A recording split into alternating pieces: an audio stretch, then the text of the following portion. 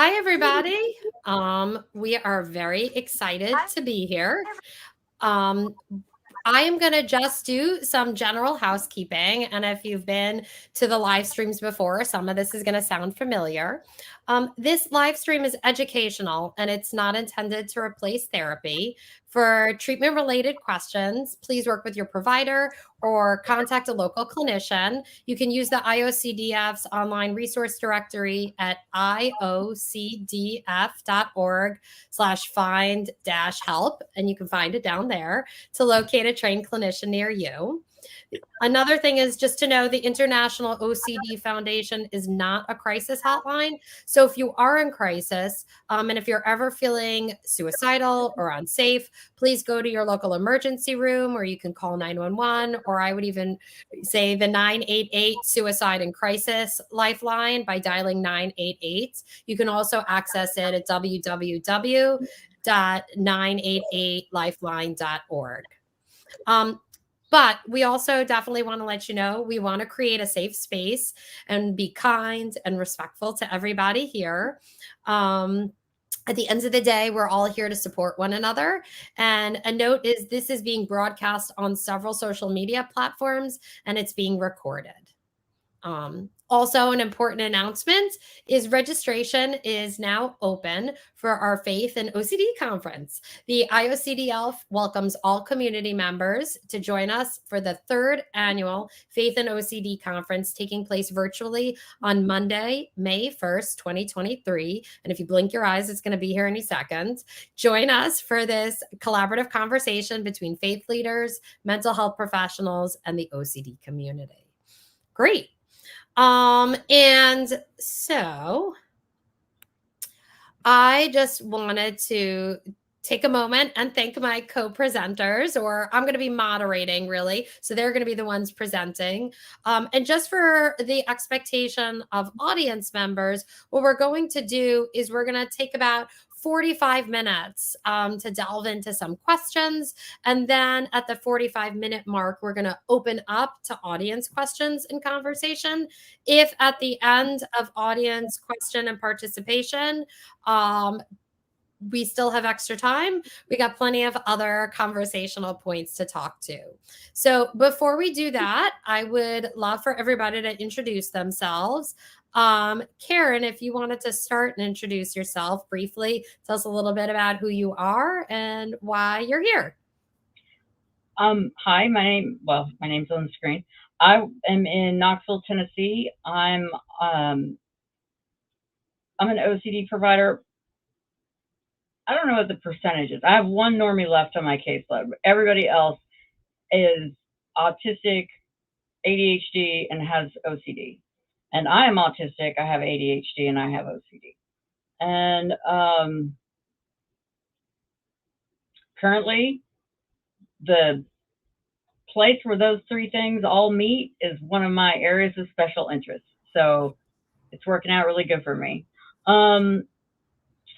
And I'm autistic, so bad at small talk. I don't know what else to say about myself. No, that's perfect. I love it. Max, how about you, if you want to go ahead and introduce yourself briefly and why you're here?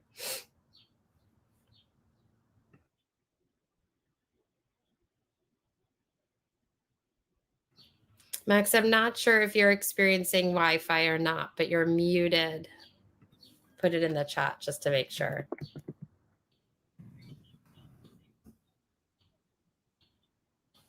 So just for time's sake, we'll come back to Max. And I guess I'll introduce myself. My name is Rebecca Sachs. I am a psychologist in New York, and I primarily work with about 1/3 of my practice, maybe individuals with, I would say, OCD only, 1/3 who I would say we're really just focusing on autistic, like learning about the diagnosis and coping in a neurotypical world. And then 1/3 of the people that I work with are both autistic and have OCD. And so I'm here because, like Karen, I would say one of my passions or special interests is talking about autism and OCD. So great.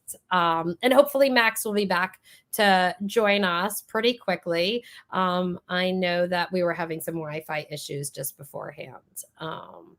So Karen, I think maybe we can start with you if that's okay. To open the conversation up, do you mind talking a little bit about your path to diagnosis and if it was an easy or messy one? And depending on your path, do you think it was typical or atypical? Well, I'm female, so it was probably typical. Gifted kid, so all of the things that go along with being a gifted kid. Crippling social anxiety, deep and abiding hatred of the school system because it was hard. And I got my ADHD diagnosis during my master's program. A component of our program was we all had to have psych evals, which honestly I think everybody should have to have one if you're going to be a therapist. And the therapist found the ADHD, I guess, from walking back and forth while I was taking all these pen and paper tests, and noticed I was fidgeting, I guess. And I didn't even know I had ADHD. But then I fast forward from there, and I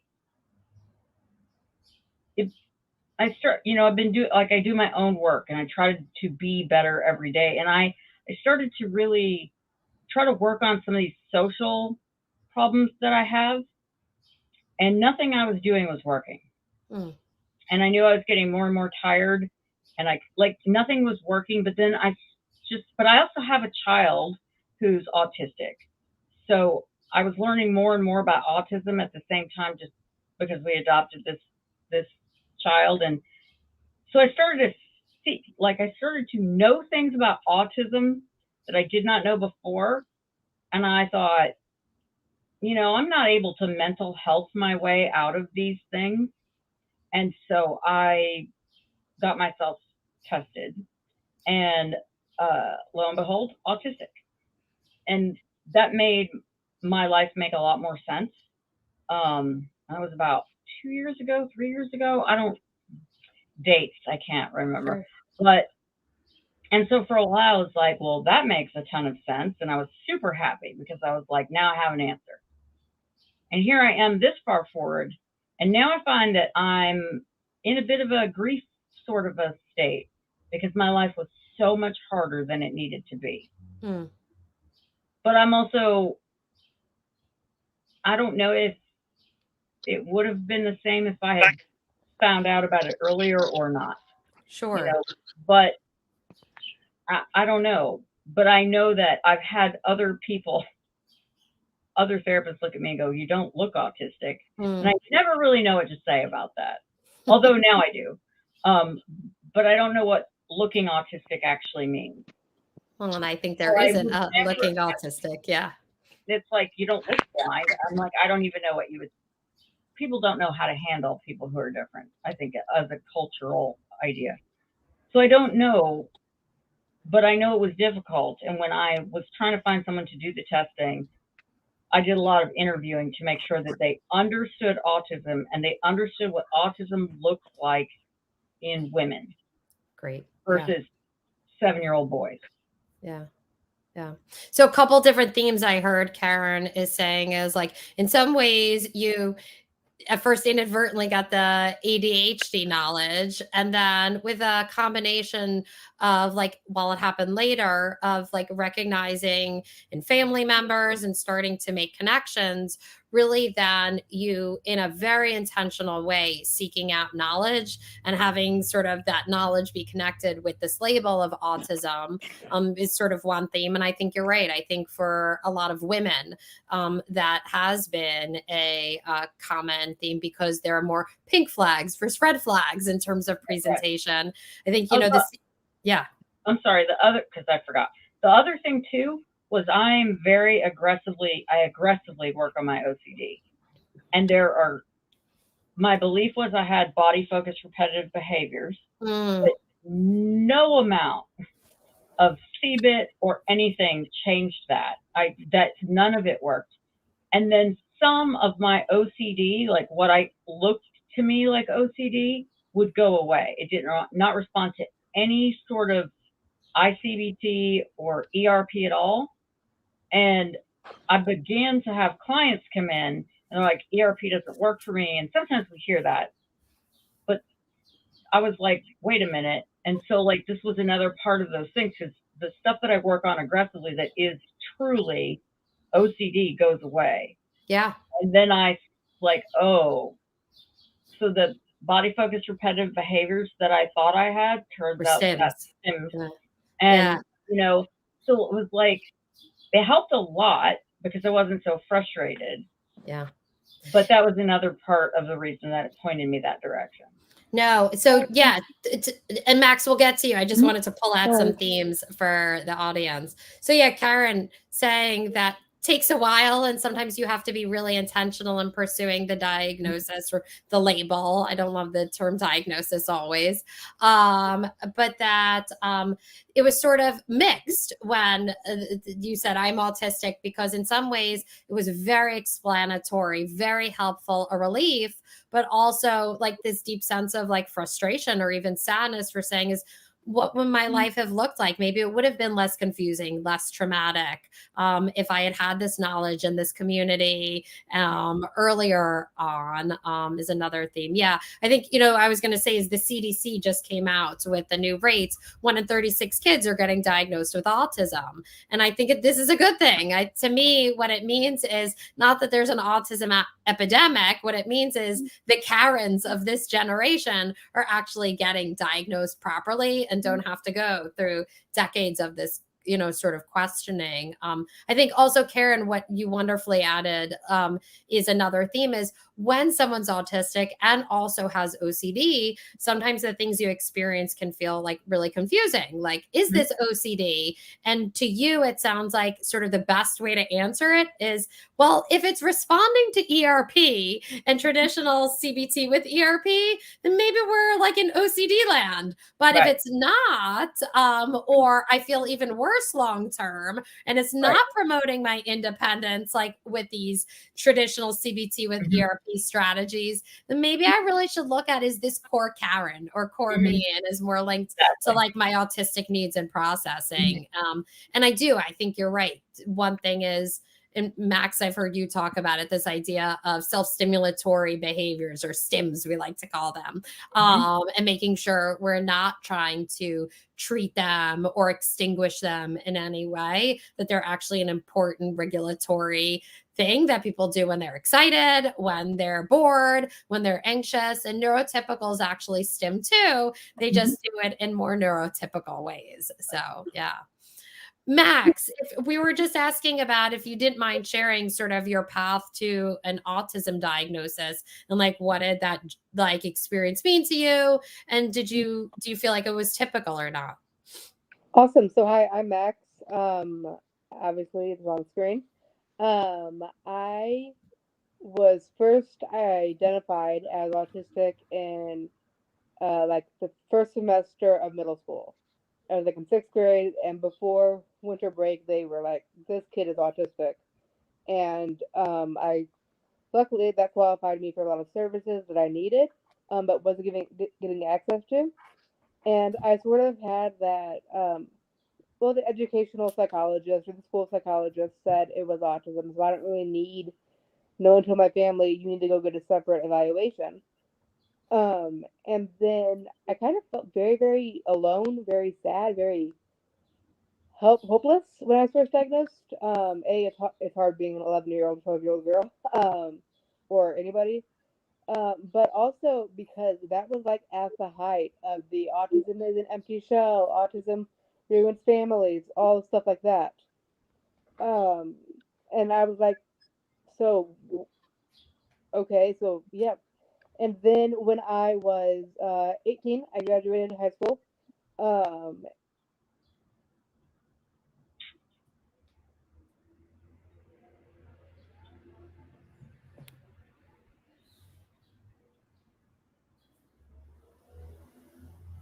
So I think we lost Max And again. my college needed a so I went to this new psychologist, and thankfully my insurance paid for it, because I know autism evaluations are prohibitively expensive. And I did like 2 full days of testing and talking, and then she said, "Okay, you're autistic," and I'm like, "Okay, I know." Like, I just needed this so I could get accommodations in college. So I don't think it was typical. I realized that girls, people who are assigned female at birth, do typically have a from what I've read, more of an explosion sort of symptoms, um, and autistic traits around adolescence, because the social skills, I mean, can't keep up. And then you get hormones and everything. It's a hot mess. But I am fortunate to be diagnosed in 6th grade. Um, at first, my family was uh, very sad, which kind of made me sad, because I'm still the same person I was the day before you guys got the diagnosis. But I do definitely think the diagnosis was helpful. It has allowed me to get more services and allowed me to understand myself more, and also just connect with other autistic people.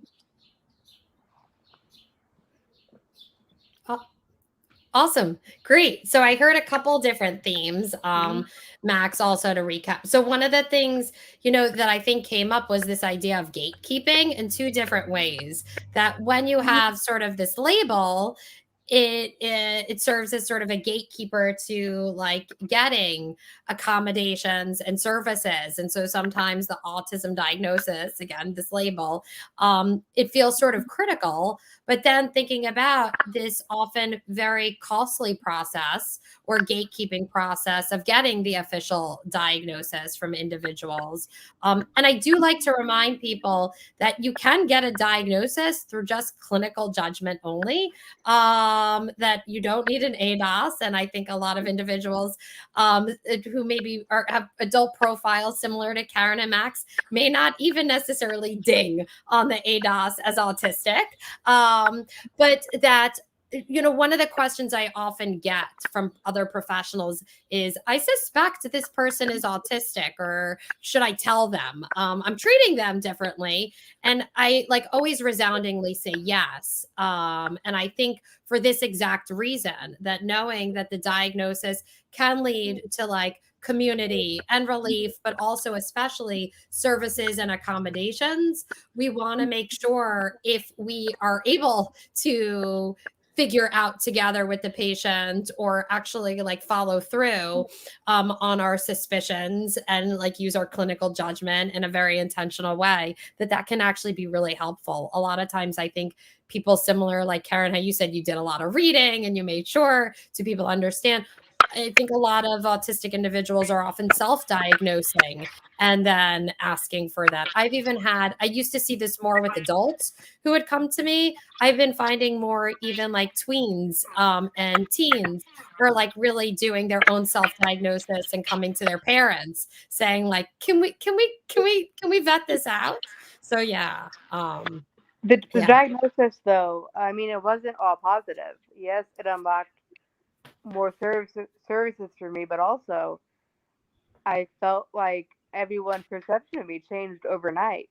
Mm, And it was suddenly Max was going to go to college to become a psychologist, or Max might not graduate high school. Max might never hold a job. When literally a week ago, before they knew I was autistic, they were like, sure, Max can do all those things. And I do think that has hopefully changed for kids who are getting diagnosed now. But I mean, at the time, I was put into a social skills group with 3 or 4 other kids, and we would basically, it was basically training to be neurotypical. And there were these books we had, and I still have it, I think, which is an odd thing. And then we get the examples, like when you see a person with a new haircut, you say, "I like your new haircut," and then we would just practice these scenes over and over again. And I mean, I don't often use the phrase, I like your haircut. And it didn't really give me any more skills. It was just like, here are things that are appropriate to say. And I'm like, this is not like applicable to my daily life. Like, I Sure. need more inclusive. So let me shift a little bit, thinking about like impact on therapy. What do you think is different for like you, or when you are doing sort of like advocacy work, or Karen, you're doing therapy work? How do you think OCD treatment looks different for an autistic individual, or what should people be thinking about? I always try to, well, depending on how the OCD shows up,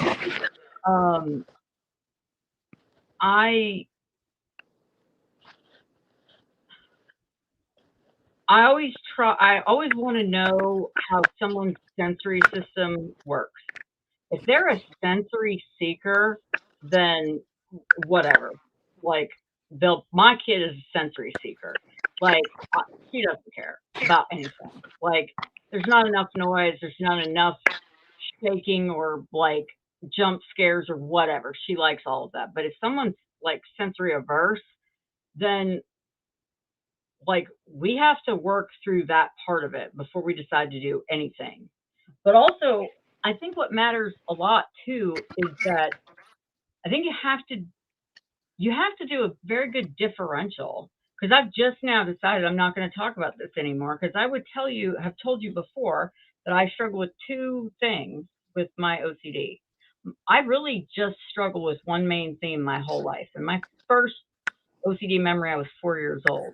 It's always been scrupulosity. And in my case, it's more or less moral scrupulosity. It doesn't really have anything to do with like God. It's more like, am I a good person or am I a bad person? Although now, as I just say that, it's like also because autism is like follow the rules. So I'm going to be more prone to that anyway. It's like there's another light bulb that just went on. But like, so for me, that's fine, because I don't really need to do like the exposure part of it. It's got nothing to do with my sensory system, because it's really just ideas. But I would say to you, I have contamination-based OCD, I don't care about getting sick, like, at all. I've always worked with animals. I don't care about any of that stuff, but it's about disgust. And there it goes. Like, I just get that whole, like, but things that are disgusting, and I can't move past that. And I think that's my sensory system. But also, I'm not really going to do any ERP for that. Like, I'm just not willing. So it's like, what does ERP then look like for me? I don't think that's where I need to be. Like, I think when it's both things, you really need to know which is the thing that's objecting the most in this moment. And then also ask the person, like, is this curtailing your life? Because I don't think that I ever need to touch the water that leaks out of a dumpster behind a restaurant. I just don't think that's going to be part of my life. But I also don't need to say, well, I can't walk down that street because there's a restaurant that has a dumpster, right? Like, that's where my line is. Right? I want to be able to live my life, but not necessarily do that part.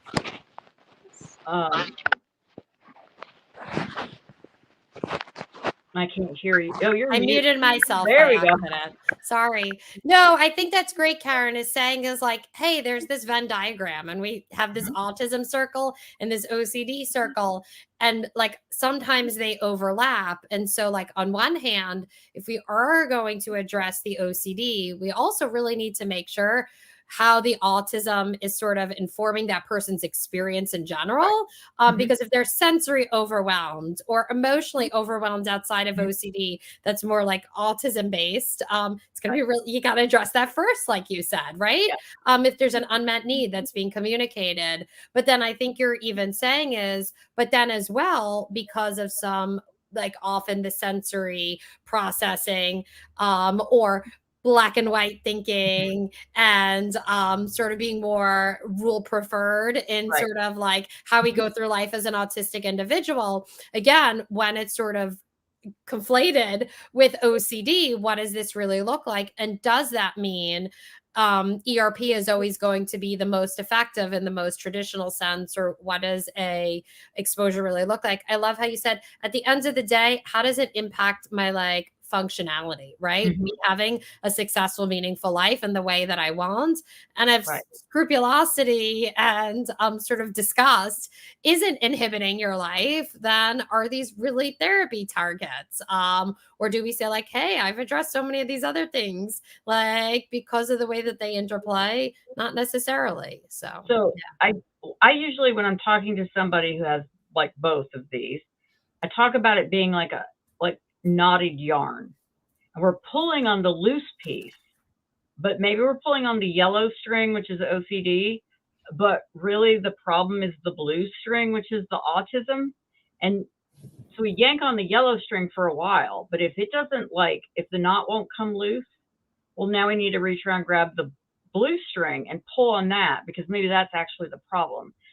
But sometimes it's a little bit back and forth. And when there's an issue and it is really getting in the way, the way that I do things a little bit differently is I start to look then at when am I scheduling my appointments with this person? Like if we've got to do a thing because they have to get over whatever it is, well, I want them to have had a meal and be rested and not have enough, not be dealing, they can't come in already done. dysregulated, yeah, Right. or fried. So Yeah. if we're going to be doing something that's super hard, and I don't know that I treat neurotypicals this way. I mean, I do some, but I don't plan it as carefully as I do with someone who's autistic.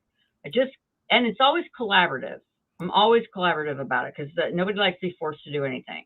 So it's like, all right, well, it looks like this. It's time to take this next step. You've done this. All of these has been great, but we got to do this part. I know you don't want to do it, but we have to do it, right? So what would be the best circumstances for you where we would be able to do that bit? And then sometimes I spend 2 sessions just talking about the ideal situation, which almost never happens. Mhm. So, can we get close to that? Yeah. Or get by? What does that really long runway look like and the Right. optimal? Mhm. Yeah. Max, what about your thoughts on this? About how does like OCD treatment look a little different, or how does it look different for you? Um, Ha- so I was diagnosed with OCD, and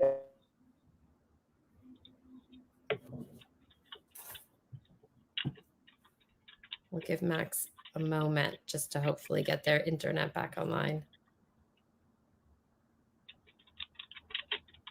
anxiety and depression.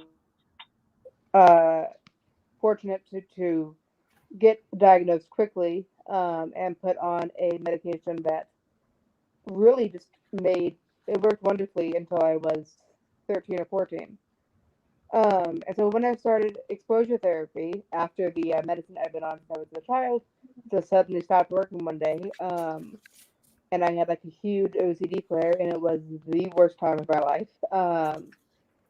I started working with an exposure ERP trained therapist. And before that, I had never even heard of exposures. I actually found out about them through reading a book, a fiction book about a girl with OCD who goes to exposure response prevention. And I was like, this is something I should be doing. I can tell you that my therapist and I, when we were meeting 3 times a week to tackle my OCD, I definitely felt more anxiety over the anticipation of doing the exposure. And I know that the therapist and I would go very, very slowly and also use a lot of incentives. Um, and I was really involved in my high school's improv and poetry clubs. And I didn't want, my therapist said, if you don't make enough progress with your exposures and outpatient, you're going to have to go to the intensive outpatient program, and then you're going to have to miss all your clubs. So, that. I will say since, I also am a huge sensory seeker. Since I started doing school online and working with OT to find the best sensory supports, I get much more done. I have a sensory suite in my basement. I sometimes do therapy from there, especially if we're talking about a difficult topic, we're doing a difficult exposure, because it's just that added layer of, okay,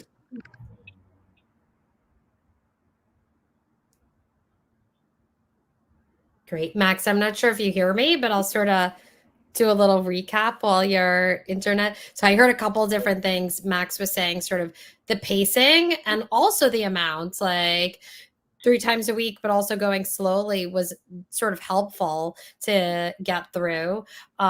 This idea of sort of building in like nice incentives and rewards, and also really sort of concretely connecting the dots to consequences, positive consequences, but also potentially negative real life consequences, but like concretely having this conversation, and not as a threat, but it is a way of like, I want you to be empowered and really understand like, this is what we can gain or this is what we can lose from this situation. Again, so a person can make the choice of how do they want to proceed forward in the most informed way. And then I think, you know, we're hearing this all in surround sounds, is this idea of sensory regulation and sensory needs, and that we could be doing work like CBT and ERP with the OCD, but if we're not collaborating perhaps with occupational therapists to work on some of the sensory stuff and maybe even interoceptive work, as well as, or maybe not collaborating with speech that can help create functional communication when people are feeling dysregulated in different ways, and that can be used in different settings, that we're sort of pigeonholing the work that we're doing for this individual and not treating sort of the whole person. Yeah. Hopefully Max will be back. I will use, yeah. I don't want to do this forever, but if it's required, not texting, but like the notepad on someone's phone, like they can type into that if they've like, they can't, there's no speech. So then it can like, until they settle themselves and come back, like I would encourage everybody to use all the things that they use and be less bothered by, I don't know. Well, I'm autistic. So like my office is full of stuff. I give stickers out and like, I've got candy in here. Like, this work is hard. You should be paid for it. You know what I mean? Like, and if somebody really likes trains, even if they're 60, I mean, I will give out, I bought buttons and cut the button, like the little thing off the back, and given like, and make it a magnet. One of my clients who's like in his 60s and was an engineer really liked trains, and I gave him a homemade train magnet. He loved it. I'm like, you know, that's okay too. And I've got a roll of star stickers over here. Like, pay people for doing well. We are criticized as humans like 20 times more than our neurotypical counterparts. And life is harder for us anyway. And so many of us have always been wrong all the time, even when we're trying really hard. I would tell everybody to use stupid, silly things because play is important, and there should be no shame, and definitely talk about special interests, because that can help a lot too. Yes. So yeah, I think looping back, what Karen's talking about is, again, I call it passion, special interest, preferred interest, making sure like we're acknowledging the hard work that therapy is and saying like, this is it, right? That sometimes also I love what you said. I've never like thought about it that way. I think about traditionally talking about with ADHD kids are often getting in a lot more trouble. So we got to make sure to front load the praise, but also how much critical feedback, a negative critical feedback, autistic individuals are getting bombarded with throughout their life. So at least in our therapy session, like praising, and concrete rewards to tip the scales a little bit. Yeah. Especially I think for, I mean, men too, but you know, the social cost to girls, like Max was saying, you know, the jump in social expectations from being 9 to being 12 is like going from elementary school to working on your PhD. Like Yeah. that is, and I don't think it happens like that for boys. I think it's a different progression altogether for them. And you might have been getting by when you were like, you know, younger than that, but then suddenly it's like one day you just cannot keep up anymore. Well, and I guess It is. Yeah. Such a heavy price for not being normal. Yeah. It is. Yeah. Yeah. So that's why I, that matters. I do want to apologize. I was using my iPhone in hopes that it would give me a better signal, but I got the notifications that your phone is too hot. Turn it off. Oh, So okay. I'm back on my computer, and if I do my picture goes black, it'll be back in a minute. My Wi-Fi is just horrible. Okay. Rebecca, would it be okay with you if I touched on one more thing about how Yes. therapy can be different? Okay. Yes. Can I just piggyback on one thing Karen said? Of course, Yeah. yes. I think Karen, just what you were saying is like a phenomena we see often in middle school or in high school or even college, where people say, but how did they not get like diagnosed as autistic? How did we not pick up on it? And it's these like pivotal times when like the demands are changing, the executive functioning demands, the social demands, especially, and sort of the pile on is really putting too much pressure on a system to maybe a person who was masking or was social camouflaging or was basically using all of their spoons to get through the day, and then they just don't have enough spoons with those demands as they're getting more sophisticated at these critical moments. And I think it's important, like, you know, for us when we're helping parents understand this, and there's still legitimacy to the experience and to the diagnosis, but also taking away perhaps guilt for parents who, you know, are upset. Why didn't they see it earlier? Yeah. And Max, how is therapy different? Let's go back to that. So another thing that I found really helpful is that in therapy, I always heard, and I've done like 3 IOPs, I've done residential, I've been through the therapies, and every program I went to emphasized the importance of deep breathing. And I'm like, okay, and I was doing what I thought were deep breaths. But then I went to OT one day, and the therapist was like, hey, occupational therapist, noticed that I had really, really weird, my muscles didn't communicate, which, as far as I know, is a part of autism. I have really low core strength. That's why I sit in a W, sit on the floor all the time. And so she had me lean over this giant, like humongous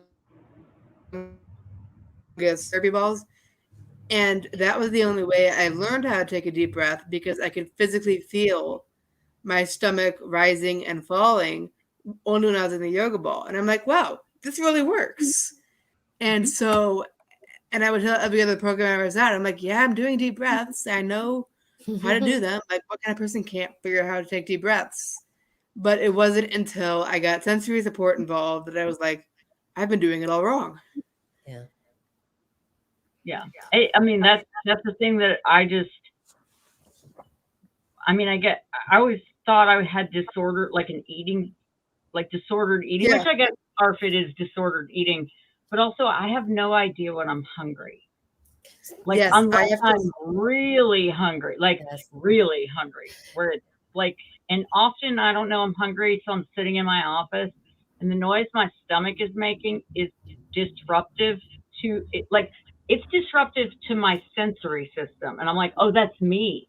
I'm like, oh, I should eat something, because I don't get a message Yep. at all.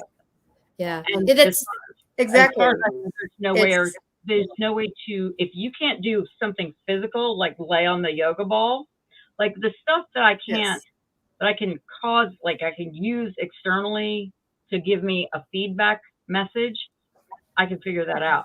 This internal stuff, I don't know how to make that better. So let me introduce a term. So there is the term, the fancy term, the jargony term is interoception. And it's like, how can we sense our internal body states? And I think, yes, hunger. Sometimes we even see it like, do I feel the urge to go to the bathroom or not? Is not like not happening in the same way. Do I feel temperature in the same way? Do I feel pain in the same way? And I think these are all really important things for us to know, that it's not just like the sensory overwhelm and the sensory underwhelm, that there's also this this other system at play along with balance, that is that there's this like miscommunication between our body and our brain and how we're experiencing the world and ourselves, and it can and it can often create some troubles. I think also sometimes when there is problem with toileting, or when kids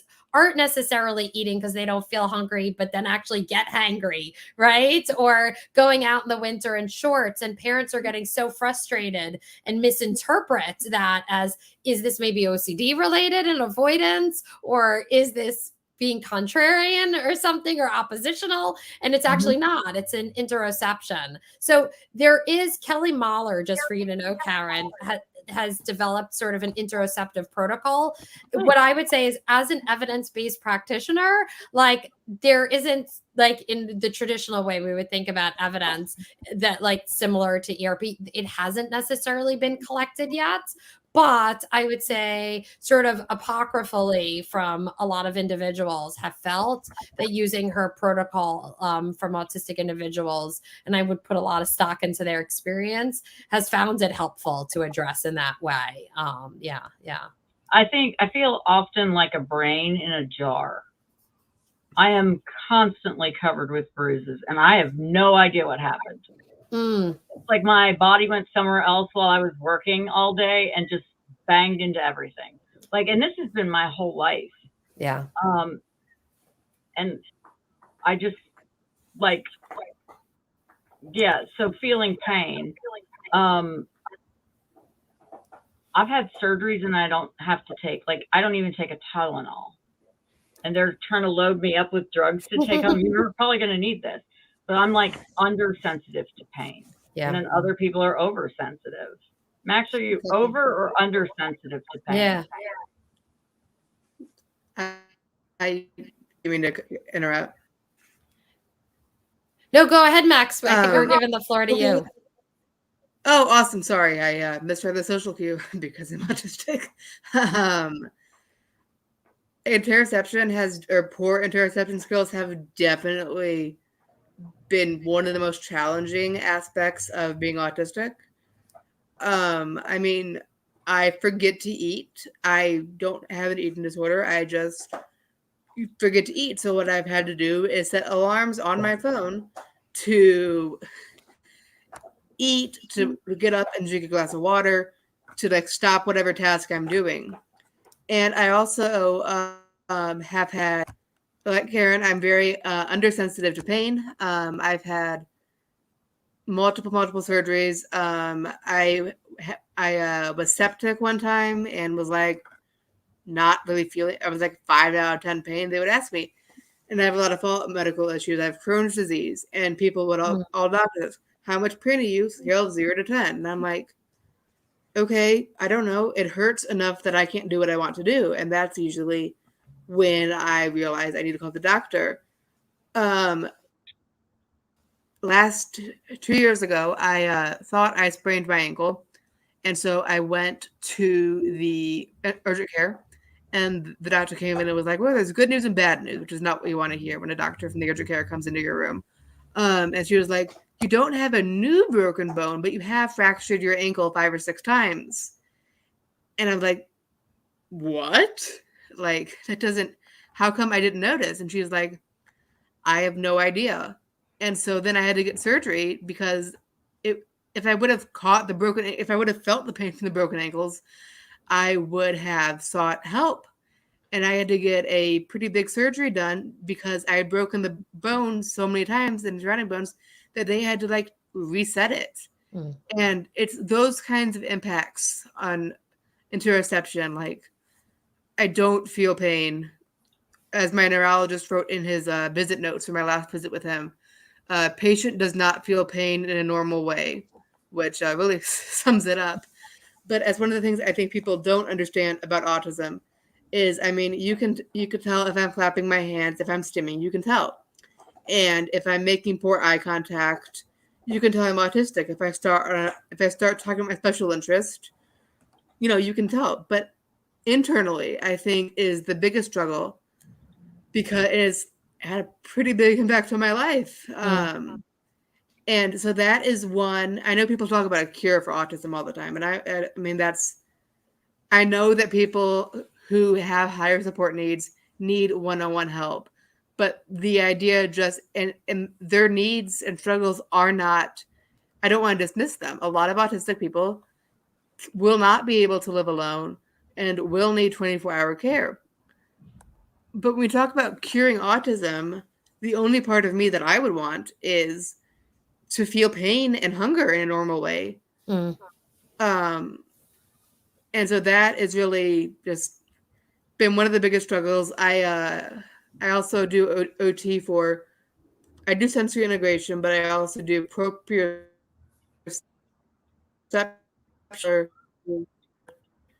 and also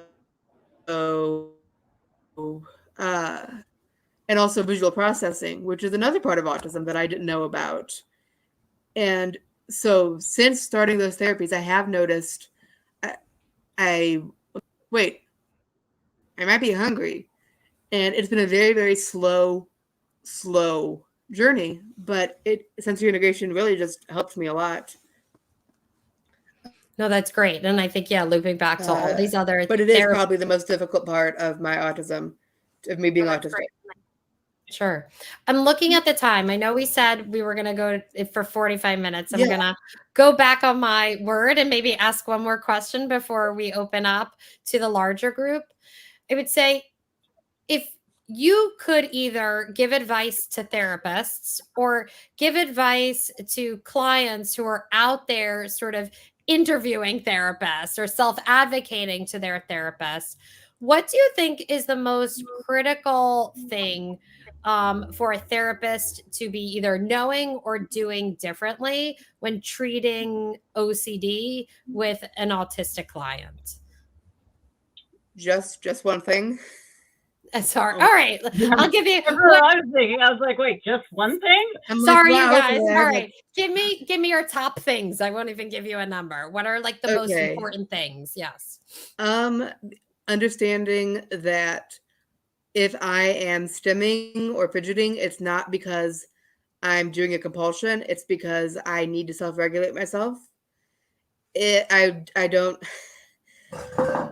get a lot of jokes, especially even now.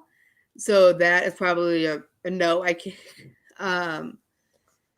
Knowing my special interests, and actually encouraging me to use that, and that has helped me a lot. Like I'm applying to in a few months, and one of my special interests is psychology and writing, so that's definitely helped. And then the third thing I would say, just from a telehealth perspective, is having providers. I can't read facial cues, which is why I loved in when everyone was still wearing masks. No one could see that I didn't have to read facial expressions, and I felt so much anxiety relieved, because I was like, wow, I can't see their face. I don't have to try to figure out what they're feeling. And so I had a therapist who makes a ton of facial expressions, which is fine. She's allowed to do that. But eventually I was like, I can't focus in therapy if your face changes every 3 seconds. And so we turned the camera off. And that was a very concrete way to alleviate some anxiety, and actually performed better in exposures after turning the camera off, because I wasn't just, is she mad at me? Is she worried? Stuff like that. That's great. But yeah, that's my top 3 tips. I love them. Karen, how about you? So I think it's right. It's hard to find anyone who, well, depends on where you live in the country, but it's hard enough to find someone who really knows how to treat OCD. Yeah. So I realize what I'm about to say next is ridiculous. It's orders of magnitude way harder. But I would want somebody, I want somebody who does any kind of care for me to understand autism. I've been having a go around with a nutritionist here, trying to find a nutritionist, and I tell them what's wrong with me before I go. And then I find out they haven't like, I'm like, so ARFID. And they're like, well, you just need to eat all the things. I'm like, no, I said I'm not going to eat all the things. I'm not. And then, you know, I'm like, do you know anything about autism? Well, we've treated some autistic kids. I'm like, that's not the answer. Like, that's in fact the biggest non-answer ever. That tells me you know nothing about autism. Like, I think the autism piece matters way more than the OCD piece, unless you're really, really good with your autism and can separate yourself and just go, I'm just here for this bit. Don't talk to me about anything else. Like, if you're really good at that, great. If you're a little bit more of a messier human being, like most of us are, I think knowing about autism matters a lot. And that your therapist, if they don't know, is willing to listen. Most of the time when I get people that come to me, and now people are coming like crazy, you know, they all have stories of like, my therapist didn't listen to me. I said I was autistic and they're saying I'm being rude, you know, like, and it's like, well, that's fine. Cause like everybody thinks I'm rude too. So, you know, but for therapists, they need to be flexible. And we often get real set in our ways. It's like, no, it must look like this. I don't really want to do the eye contact thing. In fact, this is exhausting me. I could do this on the phone and I could talk for 17 hours because it's one of my favorite topics. But the video portion of this is wearing me out. Yeah. So I tend to talk with my autistic clients in a phone environment where there's no video portion to it. And then I can fidget like crazy and they can fidget and then we can get some good work done without the social pressure of this business. So that's important. And then for therapists too, is if you're not asking and someone's, okay, I use a lot of words. A lot of people don't like the words I use. So everybody has to take a deep old breath, big breath. If your client is weird and you can't quite put your finger on it, maybe you should look and see if that weirdness is autism before you assume that when they're disclosing some of the less, I shouldn't say less socially acceptable thoughts, but I mean, that's what OCD is, right? Like if you were thinking about cute and fuzzy bunnies all the time, you just say it and everybody would buy you bunny things. It's always shameful. That's why we don't talk about it. And that's why it grabs a hold and it lives in there.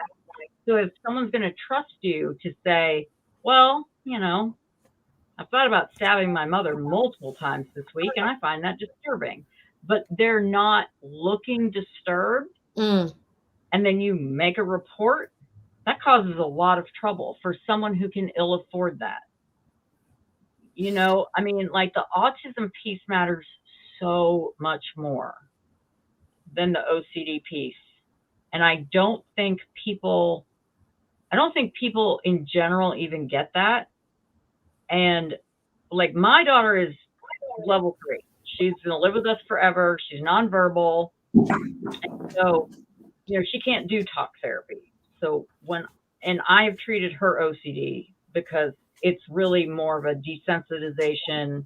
Let's train in incompatible behavior, that kind of a thing to help her break that cycle. But I couldn't take her to a therapist anyway, because she can't do this. But when people look like me, right, and they have an advanced degree or whatever, and out here we have Oak Ridge National Labs, we've got a university, you know, we've got a medical school, you know, anybody who's in medical school to be a radiologist is probably autistic. Nobody believes that. And so then like everybody comes with the same story, you know, and that breaks my heart. Yeah. Because you ought to be able to trust when you know it's OCD, or you're certain it's OCD, or you're worried it's not OCD, but it absolutely is OCD. If you're not crying about it, or your face is completely blank, or you won't make eye contact, and someone else reads that as signs of being dishonest, that's super unfair. Yeah. Yeah. Well, and I may say something a little different. I would say is, I don't know if the autism knowledge is more important, but I would say it's got to be equally important, because I'm thinking of like, when you have a person who doesn't really know about OCD and OCD treatments, and we have a client who's saying like, I'm having thoughts of harming myself, and immediately they're hospitalized for suicidality when really they have harm OCD, right? Yeah. I think like to us, we're like, oh, that's a duh moment. Like you Mhm. need someone who understands OCD. I think there are equally sort of these duh moments. No, you're right. You're right. With the autism knowledge, because you're right, a lot of harm and contraindication, in fact, can really happen when people are just sort of proceeding in a one-track way for the OCD without that autism knowledge. But I think you're absolutely right. Yeah, it's sort of this mislabeling or misinterpretation. If Karen, Max, are you guys okay if we open it up to questions? Awesome. Yeah, let's do it. Yeah. Do we get to see people's questions, or it just goes in the chat? It looks like I don't understand. I'll let the tech person do it. Okay. Okay, You'll thank put you. them up on the screen. Awesome. Nice. The Magic Amanda, who does magic with technology. Let's see. Great. Oh, I know about this one. Okay, sure. Yeah, Max, take a stab. So the question is, can we touch on the genetic of OCD and the autism spectrum? And I would say definitely. I know there is genetic linkage. The reason why I was diagnosed so early with OCD is because it runs in my family, and they knew the signs to look out for. And I mean, there's a lot of people in my family that have OCD, and unfortunately, they've been able to treat it through either the no therapist or a therapist who also knows about OCD. And for the autism spectrum point of it, I just so I've always felt like I was the only one in my family who's autistic. I'm like, I feel so alone. And then about a year ago, I brought up autism in adults to my dad, and he's like, "Wait, I do that." And now he says he's autistic, or as he likes to joke about it, a touch of the tism, which I find annoying. But just knowing he's autistic, and then once he learned more about the adults, sometimes in adults, he asked me to find an autism evaluation online, like the RADS assessment or whatever, and he wants me to send it to the family group chat because he's made predictions about, oh, I wonder if so and so is autistic, and what about them? And he's like, yeah, my dad was probably autistic too. And I'm like, wow, okay, maybe we should. I can't believe how there's genetic linkage. From what I've read, and I'm not a scientist, I don't want to claim anyway that I am, is I've heard that autism is passed down from the paternal side. So like, that would explain a lot of things. So I would say, can I Yeah, absolutely. chime in? I think there are a couple things like that we know, and other things that we don't necessarily clearly know. One of the things that I was going to say is, look, both OCD and autism, I think we know, run in families, right? There are higher rates of both of these conditions. Like in certain families. So there seems to be a suggested genetic linkage. There probably has been done more genomic work for autism, but what it even is suggesting is there's autisms as opposed to like one autism.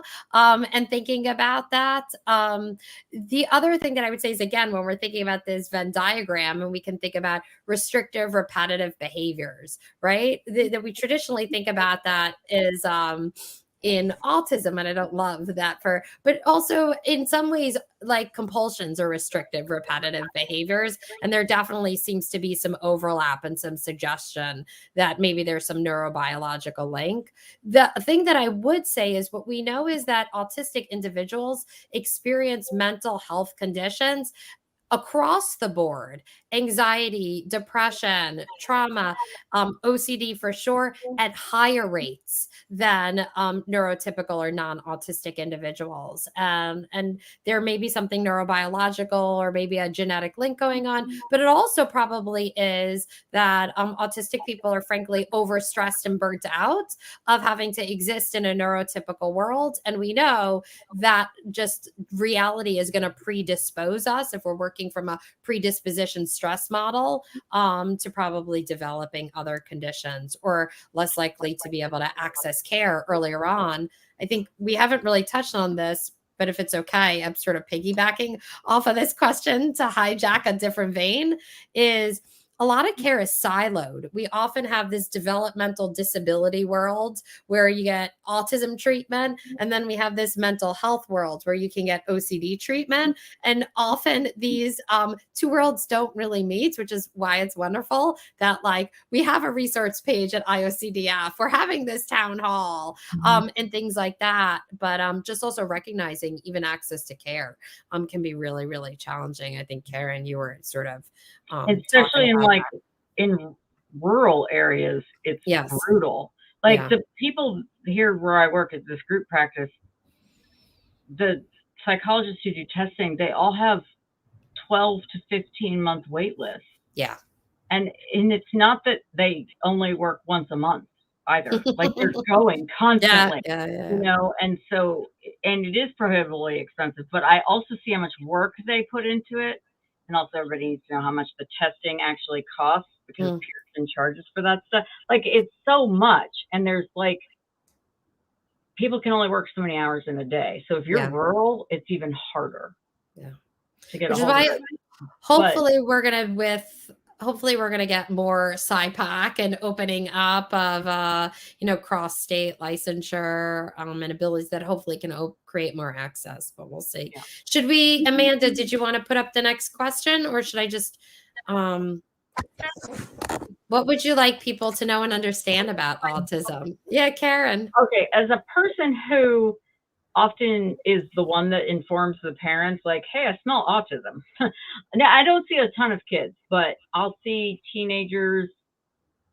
Basically, I'll see kids as long as they're hyperverbal, which, come on, if they're hyperverbal, we're already talking about the same thing. So is that like, and I do have a child who's level 3, and I get it. There is grieving that comes with getting a diagnosis, because what you thought you were gonna what the life you thought your kid was gonna have is now looking different, because you have a dream when you get pregnant or you have a kid. You're like, this is, and there's gonna be a wedding and whatever, and then life looks different than that, and it's okay to grieve that, but also like it'll be okay too. But the thing I tell most parents or most people is live your best life. Like, we have this idea of like, well, I just want you to be successful or whatever. It's like, live your best life. My best life looks like very minimal socialization. I see a lot. I talk all day long. When I get home, the earbuds are in, and I'm not talking to anybody but the dog for the most part, because I don't want to talk anymore in a day. And I don't want to be intensely social, but that's my best life. I know some autistic people who are intensely social, and they're just like, I want to be out and I need 25 friends. And it's like, live your best life. Like, that's the thing I think people should know. And we all hear that thing, when you met one person with autism, you met one person with autism. And that's like both true and false. But like life can be, I mean, life can let people live their best life. And like mostly if you let the person tell you what their best life looks like, it'll probably be all right. I mean, unless they're like 7, because they don't know. But you know what I mean? Like there doesn't need to be floods of tears. Great. Max, any thoughts, or do you want me to go while you collect thoughts?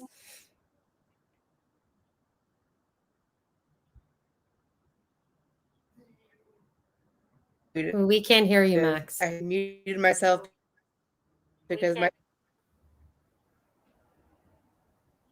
is now better. Yes, now we hear you. Okay. Can you guys hear me? Yes. Okay, awesome. Sorry. My dogs are going crazy, so I hit the mute button. The one thing I would like people to know about, or what would I want people to know and understand about autism, is that it is not it's not a tragedy. I know that some people, when they get their child's diagnosis, and the child might have a very profound, a lot of autistic traits, and they are not able to function in like typical society. That I understand the grieving for that, but I want to hit on something that, and Karen, correct me if I'm wrong. You're not it's not grieving that your kid is autistic. It's grieving that your kid is going to have a different life than you anticipated. Is that fair to say, Karen? It is, like, and it's the same sort of grieving that, like, whenever your kid just does something different. If you thought your kid was gonna live next door and raise a family, but the kid instead is in the military and is all over the world and never staying put, it's like grieving that part. But as the parent of a child with level 3 autism who is a sensory seeker and intensely social, that breaks my heart for her. It is sometimes devastating.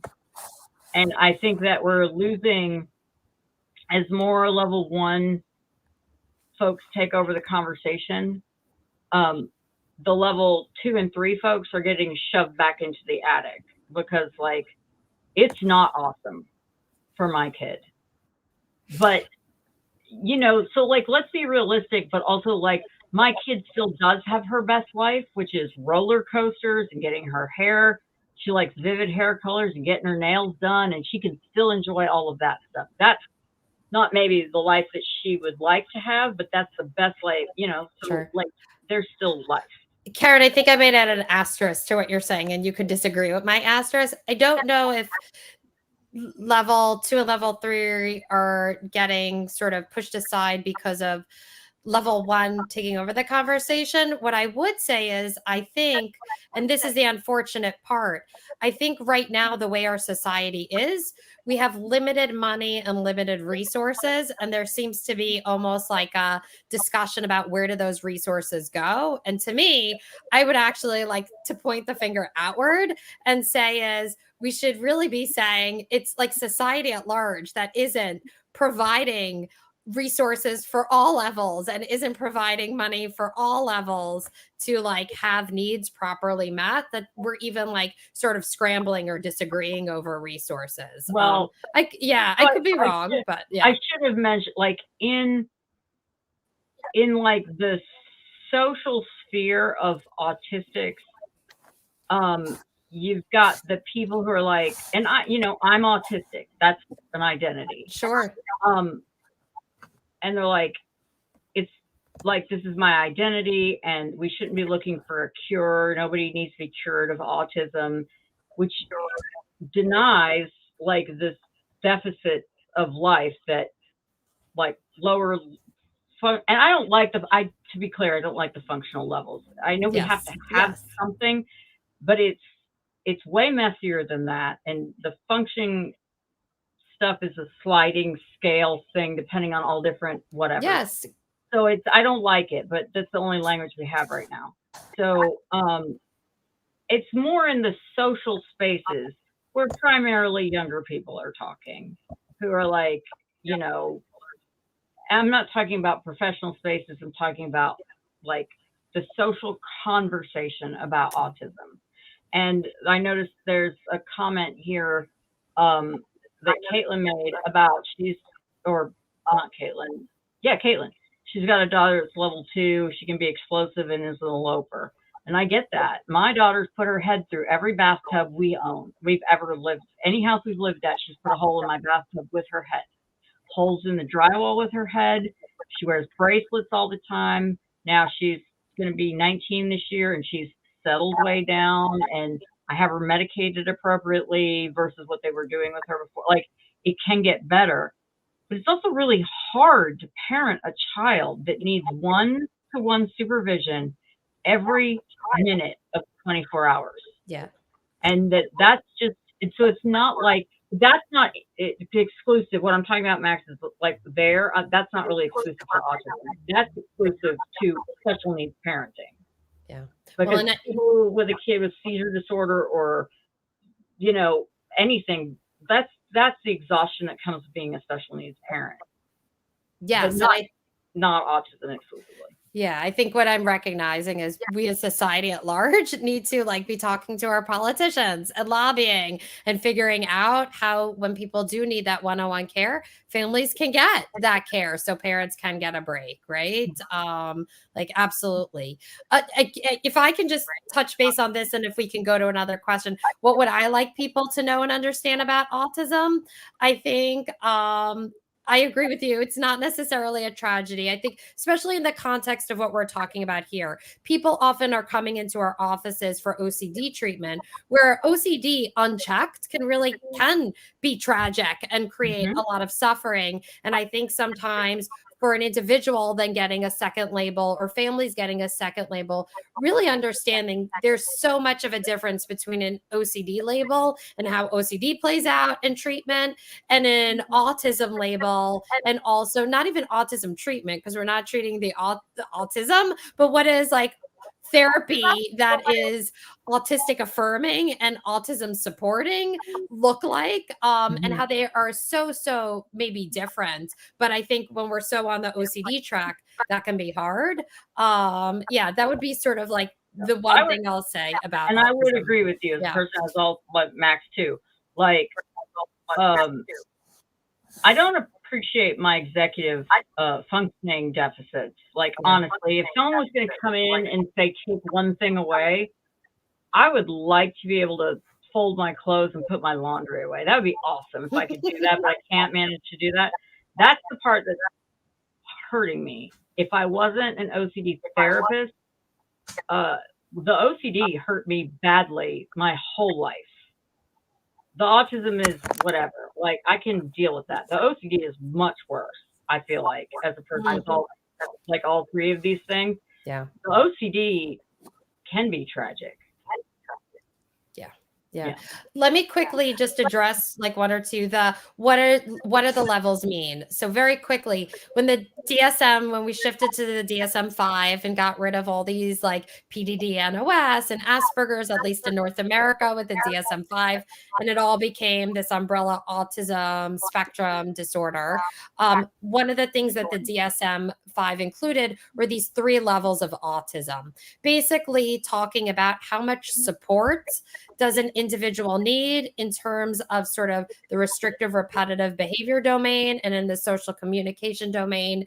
And you would ascribe which level they are depending on the area. If like, let's say someone really needed like very considerable supports with social communication, but only moderate supports in the restrictive repetitive behavior domain, you'd take the more severe one. Now, I think the criticism of this is, which Karen, I think you're even saying, is a person, an autistic person, like day to day may shift levels. Like I have a good friend who said, is like, look, by most days, most people would describe me as level 1, but on a day when I'm rushing through Times Square and running a little late and on sensory overload, and I know I have a presentation coming up and I sit down to meet my friends for lunch, I look like level 3 autism. And so I think really recognizing that while the severity levels or the levels of support were created to try to communicate some information, there's big limitations to what information that's really communicating, and just thinking about that. But if you are diagnosing someone, we would usually connote what level they are. And the other thing is just, I see Leanne, you put in, so the DSM-5 also finally included the sensory sensitivities in the autism diagnosis, where prior to that, that was not included as an acknowledgement of part of autism. And I think we haven't said this, but when I'm saying diagnosis, I don't love that. I don't like to pathologize autism. I think we're saying in the context of the DSM-5, in the context of having to put down an insurance code, in the context of this medical model, we're saying diagnosis. But most of us, and someone even acknowledged here, we purposely tried to do that on the IOCDF resource page. We did not say ASD. We did not say spectrum disorder. We are saying autism because we see it more as a condition across the board and not something to be pathologized. Right. Yeah. I absolutely agree. And I also agree, Rebecca, with different days. I mean, when I'm in my element, talking and being like with my best friend who's also autistic, or like in person together, that feels totally natural. And if I go out to when I go grocery shopping, I could be a level 1. I still get overwhelmed by the lights and the music. But I can usually pass as a level 1. Oftentimes, but there are sometimes when I was in autistic burnout a couple of years ago, where I was struggling to keep communication up. I was struggling, having like meltdowns and shutdowns multiple times a week. I mean, yeah, that would look more like a level 2 or a level 3. And that's where I really think the term, the autism spectrum, I think people imagine it as like a line. Like on one point, here's like someone who will need one-on-one support forever. And on the other end is like, I don't know. I don't want to say Elon Musk because I really don't like Elon Musk, but like someone else who doesn't, their autism is not immediately evident. Bill Gates. And I don't think I don't like that idea because it doesn't incorporate all of the different parts of autism, of me being autistic, that affects me.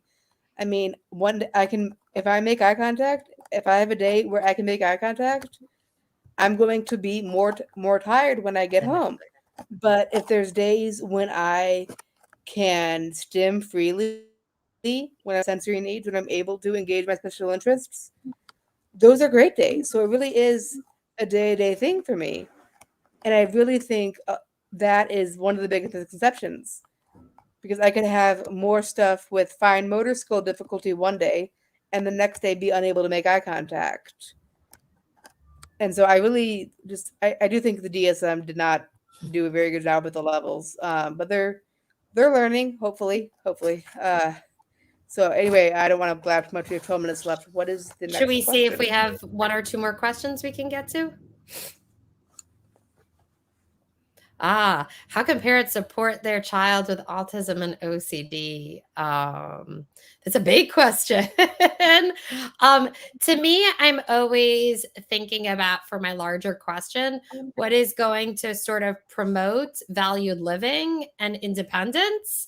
And so, like, this is where I think having both autism and OCD can get confusing. Yes. Rebecca, I think Matt also asked about using ACT. Okay. So So we'll I feel definitely like this will dovetail nicely into the answer to that. yes, question. yes, with the value limit. So really, yes, thinking about when we're saying, is this autism? Is this OCD? Saying, well, if I support my child, will this be promoting long-term independence and valued living? And if the answer is yes, then we're saying, okay, maybe this is an autism accommodation or good accommodation. If we say is no, I think it'll work against long-term independence or functionality or valued living. Then we're probably doing OCD accommodation or not good accommodation. I think overall we can think about it. the other thing, though, even though I'm saying independence, I think we're all acknowledging we're all, and I'm stealing this from Dina Gassner, that we're all actually interdependent individuals. Like just as trio, I feel like when we see each other at conferences, are interdependent on each other sometimes, like in a very positive way. And so not just pushing independence on our kids, but pushing healthy and valued interdependence on our kids, and understanding like how that interdependence is going to work, and being able to like self-advocate and get support and understanding with our OCD, but also self-advocate and get support and understanding with our more autism-based needs. And I think if we can teach our kids that, and really encourage that and model that, that'll be super helpful. I could say more, but I want to definitely give you guys the opportunity to say more. I always tell everybody, partners, friends, parents, whatever, there is, even neurotypicals, there's a difference between I will not, like I refuse, and I cannot. And where there's autism, oftentimes what looks like I will not is I cannot. Like, but you did it yesterday. But as to the point of what Max was saying just previously, well, yesterday I could do it. Today I cannot. Like, but because today it was raining and I heard too many sounds. And like, so understanding, like, parents can best support their kids who are autistic and help them with their OCD by understanding all of the bits that are autism, so that you can clearly look at your kid and go, all right, that's not your autism. That's your OCD. And what do we do about our OCD? We put our big boy pants on and we get brave. Versus like someone who's in sensory overload and on the verge of how, and also if a kid starts to have a meltdown, you stop everything else. Like, because the meltdown can't, I don't know if everybody knows this, meltdowns can't be stopped. Like, they click up the things like a roller coaster, and at a certain point the roller coaster will roll back down. So if you get it before it gets there, it's fine. But other than that, it's got to finish out the whole thing. And I've seen too many people want to use discipline over the top of a meltdown. And that's just levels of unfair, and that shouldn't. Caitlin, yes, Caitlin, it is sometimes really hard to figure out what's OCD and what's autism. And sometimes they're entangled with each other. Sometimes it's both. Sometimes it is both. And so, I don't know, it's kind of that whole, like, if you are struggling with two really hard things and you are having a really hard time, would you want to be yelled at or disciplined, or would you like someone to just give you a minute? Like, you can always default to not doing something, but once you've engaged and you're yelling and you're raising all the energy in the room, I don't know that that's exactly helpful.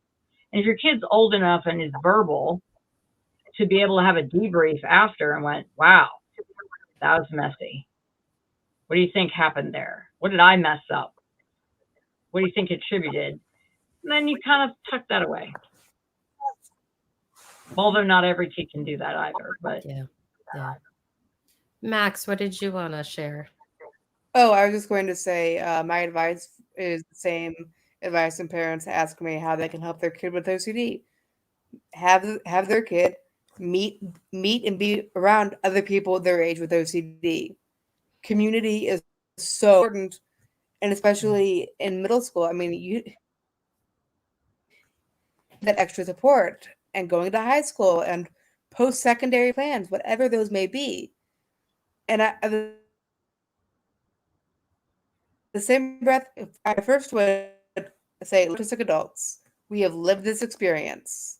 And the second thing I would say is find other autistic kids, autistic adults, mentors, kids their age, and have them spend time with them. Same thing with OCD. You need just the connection you get from knowing, like, oh, I know so and so, and like we hung out and like talked about being autistic, talked about whatever it may be. And I realize this is very hard to do because people don't really like yell out the door, is autistic and has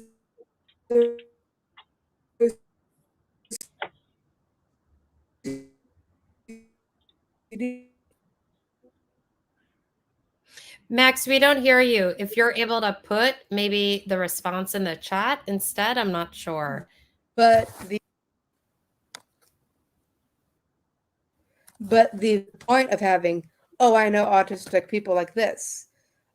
I would say that's the biggest thing. The other thing that I wanted to respond on is ACT, and I'll touch briefly on this, and that when I was really having a hard time, a flare of OCD, ACT was the only thing that motivated me to do ERP, because it was like, what do you want most? And I remember being 15, 16 years old in the middle of a horrible OCD flare, sitting in the peer support group I attended,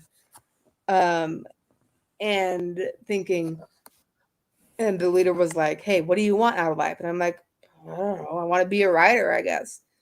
And he said, okay, what steps do you need to take to be a writer? And I'm like, okay. And then it was like, can you do this with your current level of OCD? And like, no, I couldn't. So I would say that's very helpful. It can be helpful. I love ACT. It's probably my second favorite under ERP. However, as a person who's done ERP, I don't like doing exposures myself. And the last point I want to make is just some language modeling. And I know Jeremy Schumann commented earlier on how the information on the IOCDF resource page about autism has changed. And I checked on that the other day, and I started like being so happy, because it in fact, I know the IOCDF used to list Autism Speaks on their website as where to go for help. And now it's the Autistic Self-Advocacy Network. And just that change made me so much more hopeful. And the guy who Asperger was named after a Nazi named Hans Asperger, and Nazis are not good, as we all know. Hopefully we all know that. And I know some people, especially people who were diagnosed with Asperger's, have kind of an Aspie supremacy sort of thing of like, oh, I'm not really autistic. And that can be very dangerous. And it's also a reason that I don't use the term Asperger's anymore. So that was one of the best things is just personal choices about interdependency. Like, okay, one more example. When I was like 16 years old, my mom's like, hey, you need to start doing laundry. I'm like, okay. And I could switch the laundry over, no problem. But I could not for the life figure out a washing machine. And so eventually what I did was I got a piece of paper and I wrote down all the steps. And just that simple accommodation allowed my brain to be like, oh, okay, we can do this. So, and that's sort of an interdependent thing. And now I obviously do my own laundry now because I'm an adult. But just those little things parents can do, or even a therapist, the autistic person, be more successful in their day-to-day life and things that value. I value having clean clothes, so I needed to work on that. But we have like 2 minutes left, so I'm going to be quiet. So if you don't mind, I'm going to just make one plug. So part of the big changes on the website was a push from the Autism Special Interest Group, and also renaming ourselves to the Autism Special Interest Group. And so there were a lot of forces behind it, including Max, including Karen, but also a lot of other people. But just what I want to say is we're always looking for more individuals to join the Autism SIG group. And so what I would say is reach out to the IOCD app if you are interested. This is for professionals and community members, if you want to get involved. And I think we're trying to include more involvement from the SIG membership. And just to clarify, ACT or ACT stands for Acceptance and Commitment Therapy. It's a form of cognitive behavioral therapy. And there are still principles of having people do like approach behaviors, which could be similar to exposures, but also talking about values and valued action, and looking at who is this core individual that I am. And so that might include my autistic self, as self as context. Also maybe including mindfulness, and the mindfulness might look a little different. It might be more like yoga or mindful movement than a sit or a meditation, especially if a person maybe has executive functioning and attention challenges, but also thinking about the different components of I'm leaving stuff out, but for time's sake, there's I just wanted to, I know we were throwing these terms around and just wanted to make sure people understood behind the jargon. I also want to plug, I've been fortunate enough to have co-led a Zoom group for autistic young adults. All thanks to Rebecca, weekly. And if you are an autistic young adult, you have to be over 18, I think, is the boundary we set. Please email. We meet on Zoom. It's totally free. And it's a non-therapy group, so it's any state. It's not, I'm not like saying do this exposure, do that, because I'm not licensed. But it's more of it's autistic led. And when I started the group, I said, okay, if I'm going to do this, I need it to be not on curing autism, but autistic people, something with them or broken or puzzle piece missing or anything, have them make goals and help them reach them. Like, I think all of our 3 original members met their goals.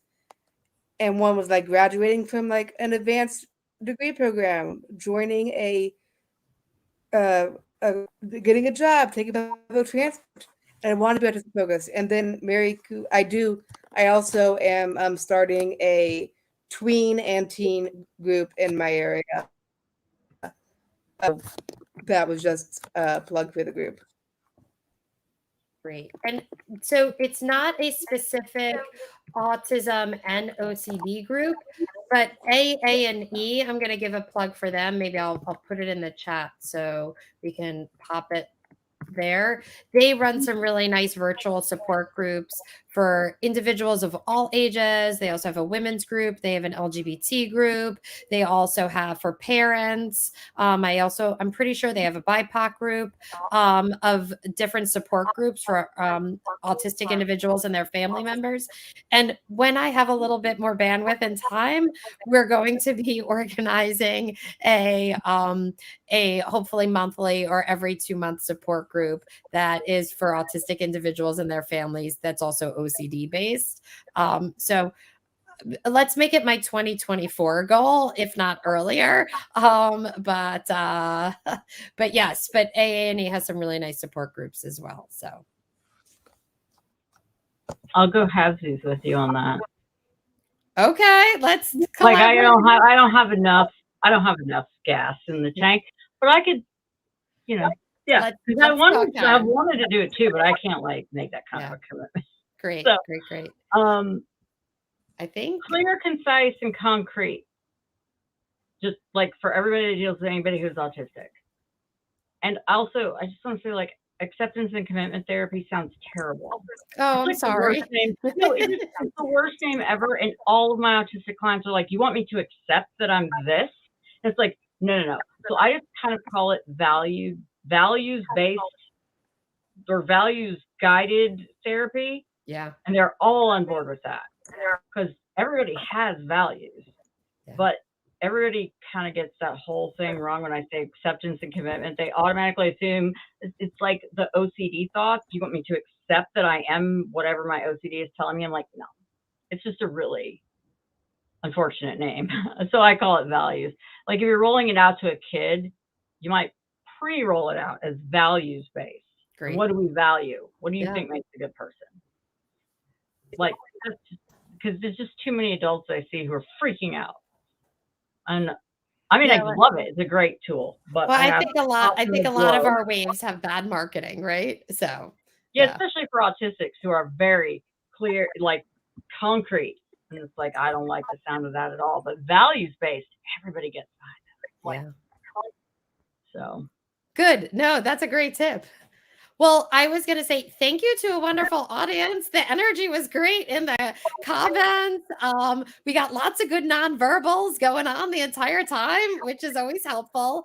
And thank you so much for the amazing questions, I think. And Karen and Max, thank you for your awesome and expert answers. So I thank you so much for letting me join. I apologize for both my internet connection and my rambling, but I'm really grateful to be here. Great. And I think Amanda is oh, I have to do sort of the closing. I am so sorry. I closed it off when I wrote my notes. Bear with me, everybody. I have to find, give me 1 second, everyone. I apologize. This is me. I got all excited to share something that I looked up online. I am just going to say this live stream is one of many, and you can see the entire schedule of future live streams at iocdf.org, #peace of mind. And you can also view the recordings of past live streams as well as watch our hosts answer your pre-submitted questions on the IOCDF's YouTube channel, youtube.com/IOCDF. Remember to like and subscribe to get notified when live streams are scheduled. And if you need any resources, always go to the IOCDF. And thank you.